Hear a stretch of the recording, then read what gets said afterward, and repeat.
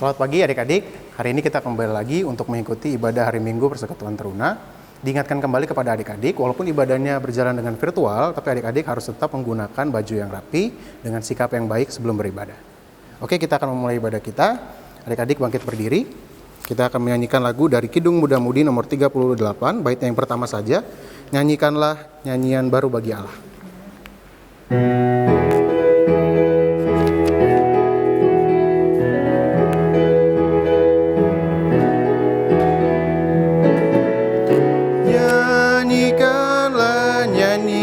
Baru bagi Allah, pencipta cakrawala, segala serafim kerubim pujilah Dia, besarkanlah namanya, bersorak-sorai bagi rajamu, bersorak-sorai bagi rajamu.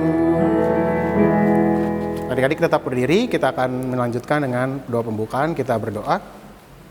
Tuhan Yesus, terima kasih ya Tuhan, walaupun ibadah kami jalankan secara virtual, tapi kami akan percaya bahwa ini tidak akan mengurangi sedikit pun makna dari ibadah kami ini ya Tuhan.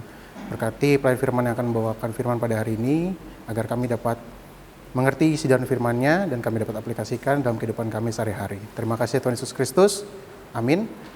Adik-adik silakan duduk kembali. Kita akan menyanyikan lagu dari Kidung Muda-Mudi 47, baitnya yang pertama, Kau Yang Layak.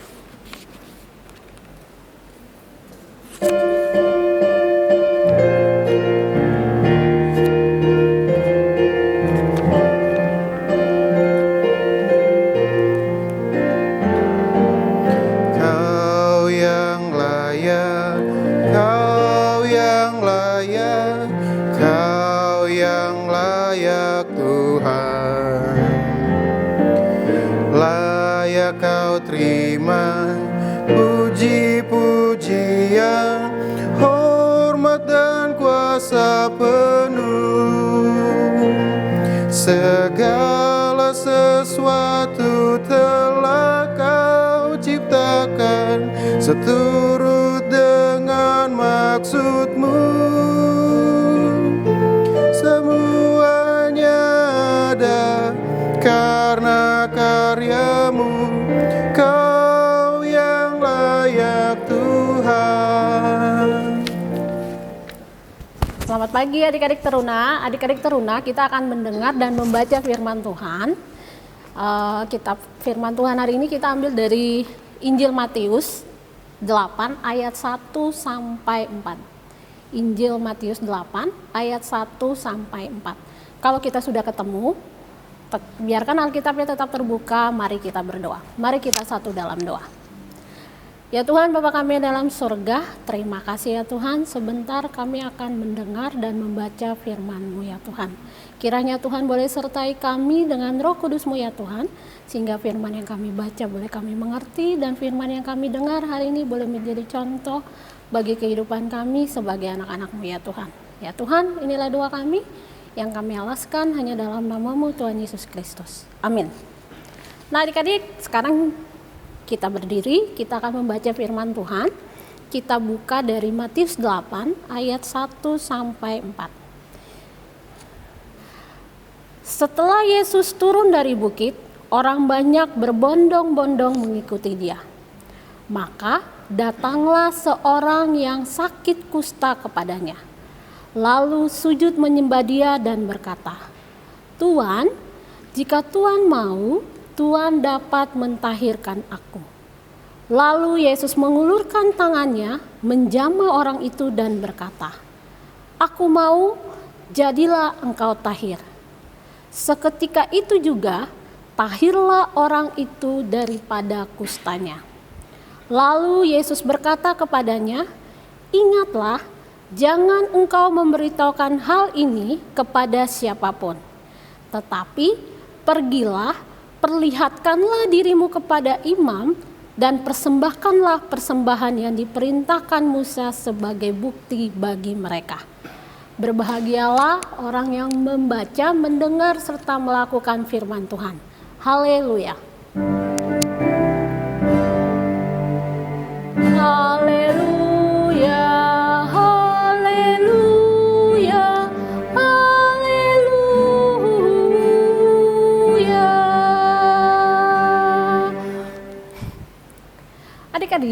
atau rekan-rekan teruna, tadi kita sudah membaca firman Tuhan dari kitab Matius 8 ayat 1 sampai 4. Nah, Kak Prilly mau tanya sama kalian. Pembacaan kita itu banyak berbicara tentang seseorang yang berpenyakit kusta atau lepra. Nah, adik-adik teruna tentu juga tahu ya apa itu penyakit kusta atau sering kita sebut penyakit lepra. Penyakit kusta itu seperti penyakit kulit ya adik-adik. Nah, pada saat itu, pada zaman itu, bangsa Yahudi itu menganggap penyakit kusta itu adalah penyakit yang sangat najis atau penyakit kutukan. Jadi orang yang menderita kusta itu pasti akan dia ditinggal sendiri atau tinggal tersendiri, dia dijauhkan daripada masyarakat. Karena orang yang berpenyakit kusta itu dianggap najis atau merupakan penyakit kutukan. Jadi dia harus dijauhkan dari orang banyak. Nah, karena itu ya adik-adik ya, banyak orang yang penyakit kusta itu akhirnya mereka jadi tidak bisa bersosialisasi atau tidak bisa hidup bersama-sama dengan masyarakat. Karena kenapa? Karena mereka saja dijauhkan, mereka dianggap punya penyakit kutukan, mereka anggap orang Yahudi pada itu menganggap bahwa itu adalah penyakit najis, ya kan? Nah, pada zaman Yahudi pada zaman dulu ya adik-adik. Nah, pada saat itulah, ya kan, ketika Yesus sedang melayani, ada seorang yang berpenyakit kusta. Wah, dia tahu tuh adik-adik, nih Tuhan Yesus mau datang nih, Tuhan Yesus mau melayani, Tuhan Yesus mau mengajar. Wah, saya yakin dan percaya pasti Tuhan Yesus, ketika saya datang ke Tuhan Yesus pasti bisa sembuhkan saya. Nah adik-adik, itulah yang dipercaya oleh orang yang seseorang yang berpenyakit kusta atau lepra. Nah adik-adik, pada saat itu orang yang berpenyakit kusta atau lepra itu dia menghilangkan semua rasa malunya. Dia menghilangkan bahwa wah pasti saya akan diusir orang, menghilangkan rasa ketakutannya. Yang penting saya mau bertemu Yesus karena saya yakin dan percaya Tuhan Yesus pasti bisa sembuhkan saya. Ya kan adik-adik? Nah, dengan penuh keberaniannya, dengan penuh kepercayaan dirinya, dengan penuh rasa imannya akan kesembuhannya, dan penuh rasa percayanya dia kepada kuasa Tuhan Yesus, akhirnya betul-betul ketika Tuhan Yesus sedang berada di tengah-tengah orang banyak, dia datang kepada Tuhan Yesus. Orang yang berpenyakit kusta itu. Nah, seperti kita lihat di ayat yang kedua, ya kan? Adik-adik lihat, ayat yang kedua. Di situ dia berkata, Tuhan, jika Tuhan mau, Tuhan akan mentahirkan aku. Adik-adik, disitulah yang diminta oleh orang yang berpenyakit kusta itu ketika dia hadir di tengah-tengah Tuhan Yesus. Nah adik-adik, apa yang dilakukan oleh Tuhan Yesus? Tuhan Yesus melihat orang berpenyakit kusta itu. Karena Tuhan Yesus mempunyai rasa belas kasihnya, ya kan, kepada orang penyakit kusta itu. Akhirnya dia menyembuhkan. Kita juga lihat di ayat yang ketiga. Lalu Yesus mengulurkan tangannya, menjamah orang itu dan berkata, aku mau, jadilah engkau tahir. Maka sembuhlah orang yang berpenyakit kusta itu.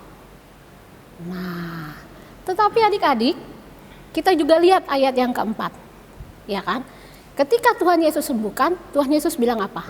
Ingatlah, jangan engkau memberitahukan hal ini kepada siapapun, tetapi pergilah, perlihatkanlah dirimu kepada imam dan persembahkanlah persembahan yang diperintahkan Musa sebagai bukti bagi mereka. Itulah yang diminta Tuhan Yesus kepada orang yang berpenyakit kusta. Nah, adik-adik, tadi kita sudah mendengar tentang orang yang berpenyakit kusta, tapi kita bisa mengambil pelajaran banyak dari orang yang berpenyakit kusta ini. Pertama, yaitu adik-adik apa? Iman dan keyakinan orang penyakit kusta itu bahwa Tuhan Yesus sanggup menyembuhkan dia. Dia percaya kepada Tuhan Yesus, dia yakin karena Tuhan Yesus punya kuasa buat dia. Tuhan Yesus bisa memberikan mukjizat kesembuhan kepada dia. Itulah yang dipercaya orang penyakit kusta itu. Makanya di sini Tuhan Yesus mau mengajarkan kita bahwa adik-adik harus mempunyai iman dan percaya bahwa Tuhan Yesus akan selalu ada dalam kehidupan adik-adik teruna. Tuhan Yesus tidak akan pernah meninggalkan kehidupan adik-adik taruna dalam setiap rancangan kehidupan adik-adik.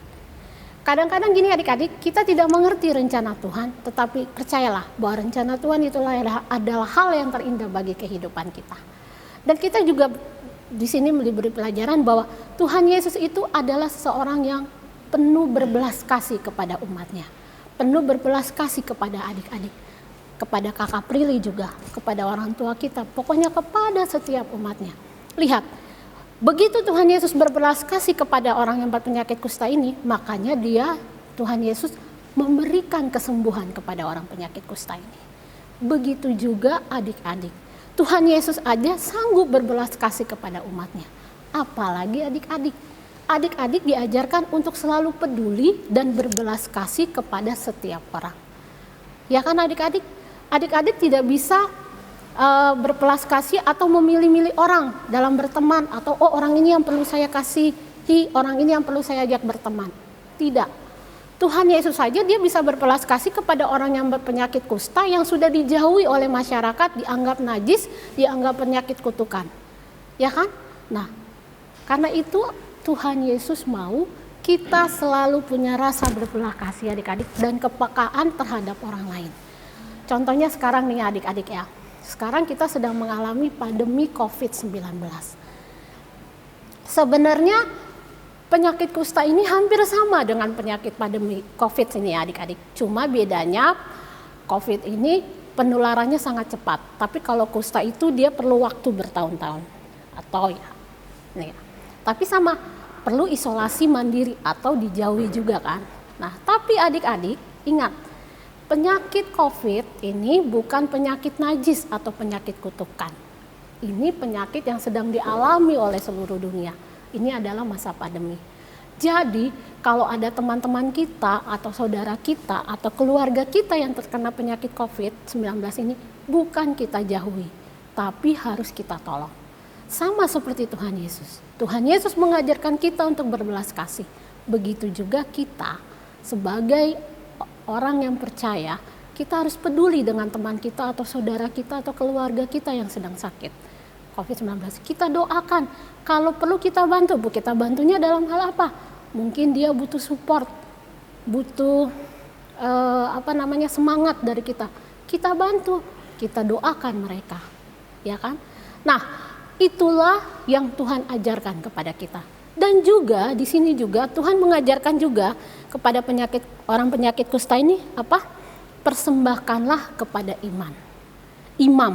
Di sini dibilang kan, pergilah perlihatkanlah dirimu kepada imam dan persembahkanlah.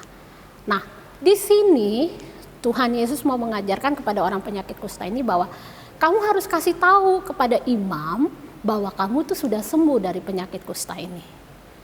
Ya kan? Nah, di sini Tuhan Yesus mengajarkan bahwa kita itu harus saling menghormati.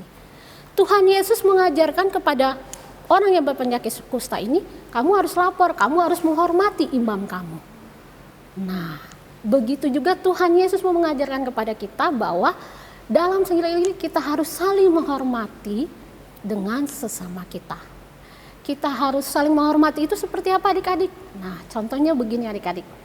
Sekarang kita selalu dengarkan kalau di TV itu ada pesan ibu, tiga pesan ibu. Apa? Memakai masker, menjaga jarak, terus selalu mencuci tangan. Nah, itulah yang selalu diperintahkan oleh pemerintah, selalu diiklankan, selalu digaung-gaungkan. Dibilangnya pesan dari ibu kalau kita lihat di TV.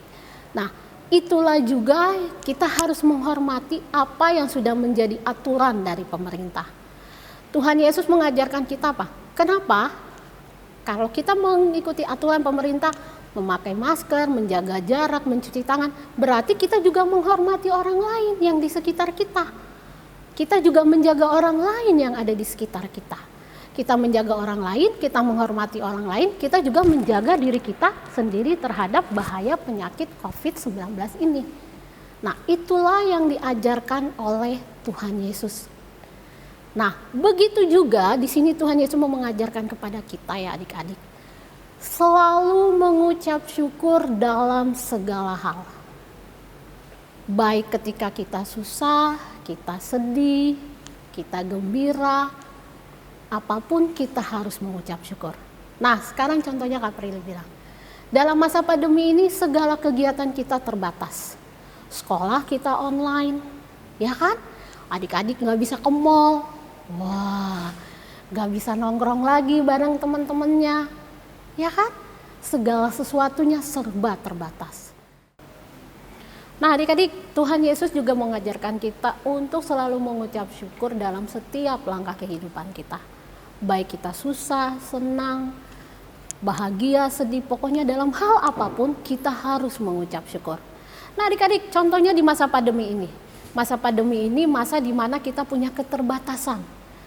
Ya keterbatasan kita yaitu kita sekolah online, ibadah saja online, IMPT juga kalian online kan? Nah, terus apalagi? Kita nggak bisa ke mall, nggak bisa jalan-jalan Kak. Saya biasanya sering nongkrong sama teman-teman saya, sekarang udah nggak bisa. Nah, terus kemana-mana kita pun harus selalu menggunakan masker. Melakukan apapun kita selalu menggunakan masker. Kita harus selalu cuci tangan, ya kan? Nah, karena keterbatasan itulah, ya kan? Karena keterbatasan itu, makanya adik-adik dalam segala keterbatasan ini kita jangan mengeluh. Tapi kita harus selalu mengucap syukur. Walaupun kita sekolah hanya online, tapi apa? Bersyukurlah adik-adik kita masih punya kesempatan untuk bersekolah. Walaupun itu secara online atau daring. Ya kan? Nah seharusnya di tengah-tengah masa pandemi ini adik-adik harus bisa berikan yang terbaik, yang terindah. Itulah cara adik-adik mengucap syukur. Ya kan? Atau juga Kak IMPT-nya online Kak, saya nggak bisa ketemu dengan teman-teman. Wah, walaupun bentuknya online, tapi harusnya adik-adik mengucap syukur. Adik-adik masih bisa beribadah. Belum tentu loh adik-adik, ada daerah-daerah yang kita sebut daerah-daerah terluar, pulau-pulau yang terluar, ya kan? Itu di sana belum tentu ada internet sama seperti adik-adik. Adik-adik belum tentu bisa sekolah online, belum tentu bisa IMPT online, ya kan? Pulau-pulau terluar tentu adik dengar, ya kan? Tapi apa? Ya itu mereka tetap semangat. Nah itu yang harus dimiliki oleh adik-adik. Semangat terus memberikan yang terbaik, persembahkan yang terbaik untuk orang tua dan Tuhan. Ya kan adik-adik? IMPT online. Kenapa kita ada? Karena kita mencegah tersebarnya penyakit. Ya adik-adik ikutin. Ya kalau memang IMPT-nya 7:30, ya sudah harus duduk 7:30. Sudah harus ikut ibadah 7:30. Sudah tahu bahwa setiap hari Minggu itu. Nah ketika belajar online juga kan ada waktunya, ada jamnya. Ikuti itu, berikan yang terbaik. Ya kan? Ingat loh adik-adik, di segala keterbatasan kita ini, kita jangan mengeluh. Tapi kita harusnya mengucap syukur. Karena apa? Ingat. Kemarin itu tahun 2020 itu adalah tahun yang istilahnya gak lancar loh Kak. Semuanya jadi terbatas. Semuanya serba, kita gak bisa ketemu orang, kita gak bisa bersosialisasi. Tapi ingat, kita bisa melewati tahun 2020 ini. Dalam keadaan apa adik-adik? Dalam keadaan sehat. Dalam keadaan yang selalu terberkati oleh Tuhan. Makanya adik-adik, Kak Prilly mau mengajarkan adik-adik selalu apa? Mengucap syukurlah, ya kan? Kayak kita tadi lihat firman Tuhan, tadi kita sudah belajar apa? Kita harus berbelas kasih terhadap orang lain, kita harus menghormati orang lain, kita harus mengucap syukur, dan kita harus percaya bahwa Tuhan itu punya kuasa buat kehidupan kita. Karena itu adik-adik, yang tadi Kak Prilly bilang, mengucap syukurlah dalam segala hal, karena Tuhan pasti sudah berikan yang terbaik kepada adik-adik. Dan adik-adik juga harus berikan yang terbaik kepada Tuhan dengan menjadi anak-anak teruna yang selalu menjadi berkat dimanapun kalian berada. Amin. Adik-adik kita akan merespon firman Tuhan, kita menyanyi dari Kidung Muda Mudi nomor 200.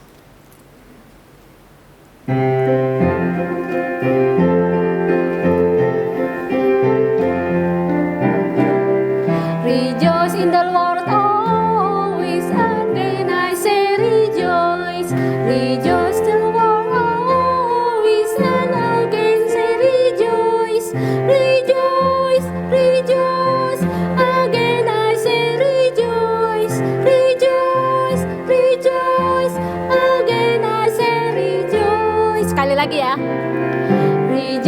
the Lord always, and again say rejoice.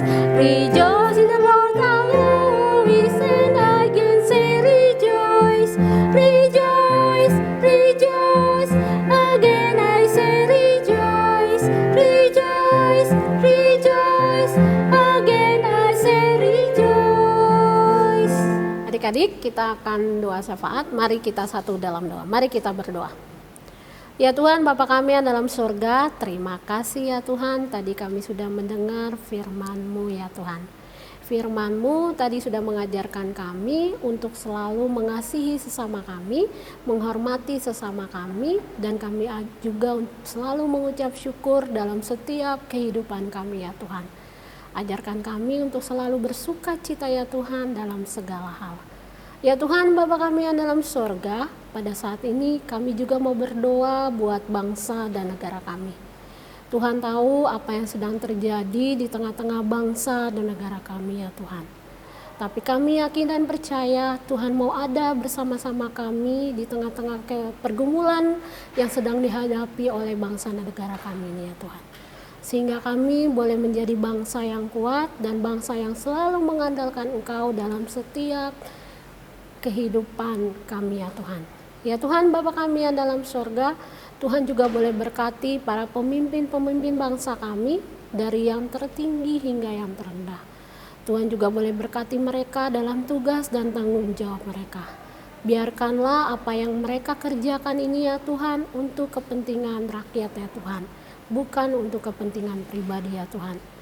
Ajarkan mereka untuk selalu bekerja sesuai dengan kehendak-Mu ya Tuhan. Dan Tuhan juga boleh berkati mereka ya Tuhan dalam kesehatan mereka, sehingga mereka mampu melakukan tugas dan tanggung jawab mereka ya Tuhan sebagai pemimpin bangsa dan negara ini ya Tuhan.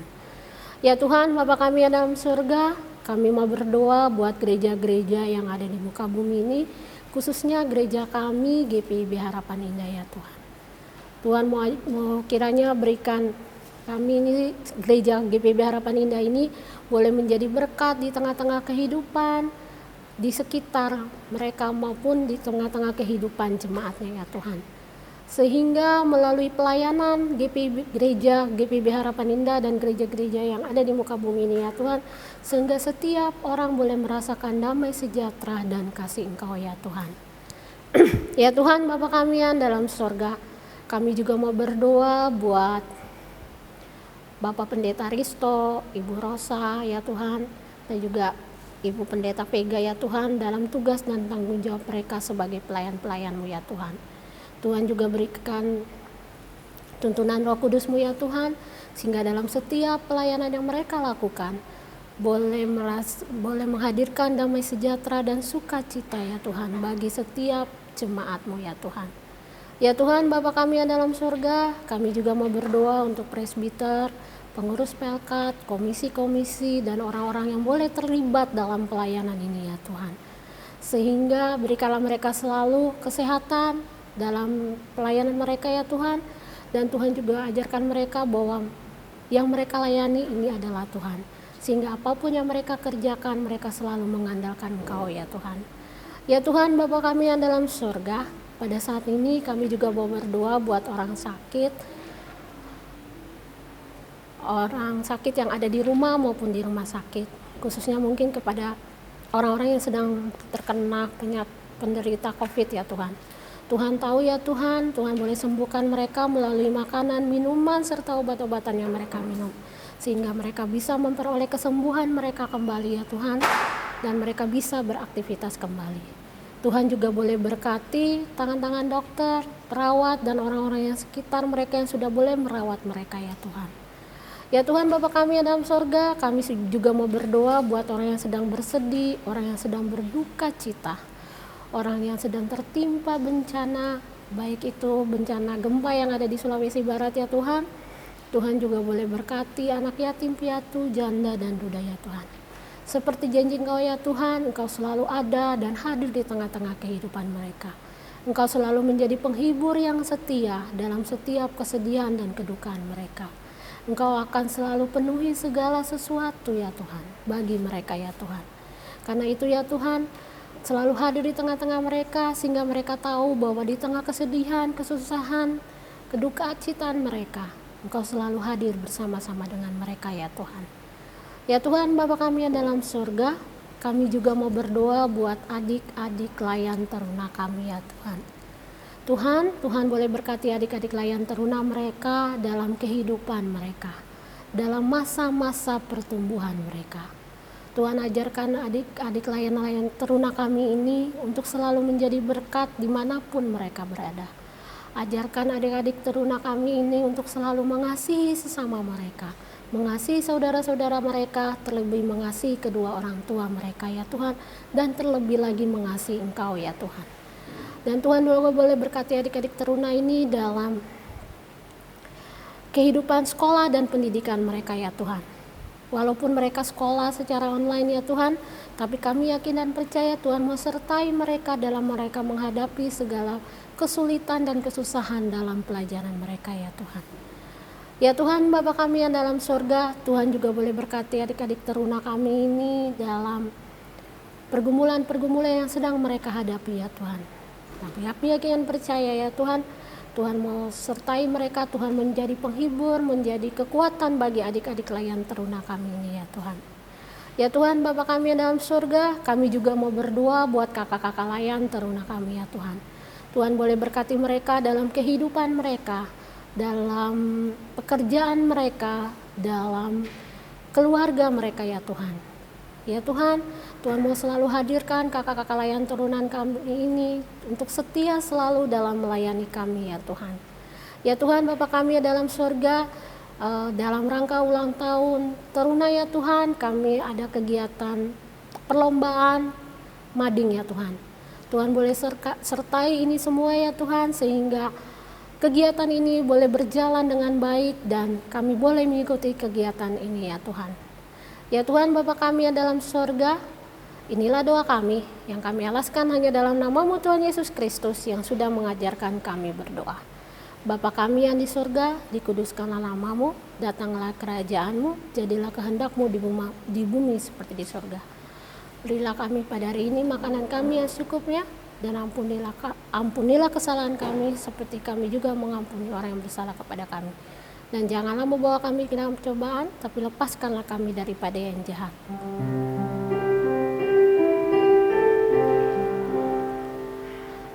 Karena Engkaulah yang punya kerajaan dan kuasa dan kemuliaan sampai selama-lamanya.